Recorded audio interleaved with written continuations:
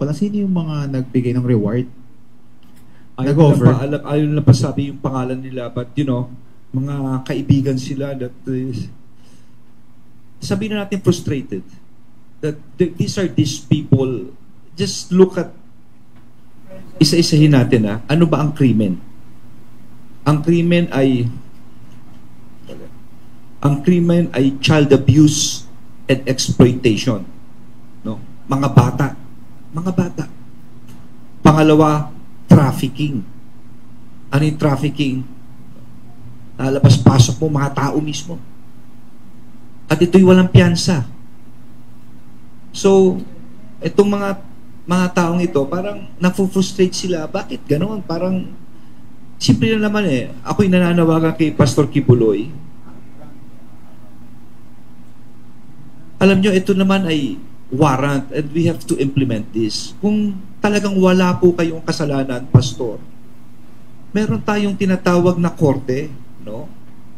Na sumurrender na lang po tayo para matapos na po ito. Harapin po natin ang akusasyon kamukha ng ginagawa ng ibang ordinaryong tao. Dapat ganun ang mangyari. No? Pero sa nangyayaring ito, parang tinatapakan ang sistema ng pamahalaan. Parang niyuyurakan Magsiserve ka ng warrant para ikaw pa masama. Hindi ba? Basta simple lang. Ang batas ay batas, ang may kasalanan, mananagot. At yan ang gagawin namin, Pastor Kibuloy. Ngayon, simple lang. May warrant, wala kang kasalanan, sumuko ka. Sumuko ka. Mahirap ba yun?